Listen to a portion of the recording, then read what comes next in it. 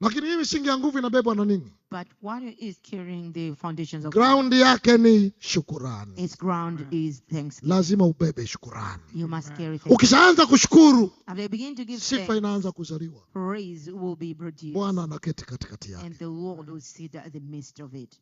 Hii inakupa siri hata ukiwa na mkesha wako nyumbani. I'm giving you a secret even when you have the muda mrefu kushukuru. Use a long time to praise. Wala hutatafuta sifa, sifa itakuja yenyewe. You won't even search for praise. Ukianza kushukuru tu, sifa inaanza kuzaliwa. Haiwezi kuvumilia. Praise cannot endure. Wakati mwingine, sometimes nafsi zetu our souls zinasahau Mungu alikotutoa. They forget where God took us. Daudi anaiambia nafsi yake. David is telling his soul, kwamba nafsi yangu, oh my soul, muhimidi Bwana. Wala usisahau and never forget fadhili zake zote. All his goodness. Usijifanye unasahau. Do not act like you are forgetting. Pokea roho ya imani. Receive the spirit of Pokea roho ya shukrani. Receive the spirit of thanksgiving. Pokea moyo wa shukrani. Receive the heart of thanksgiving.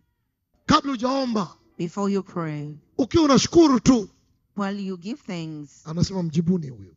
Say answer her. Hata kabla hajaomba. Before even he asks. Mpe. Give it to him.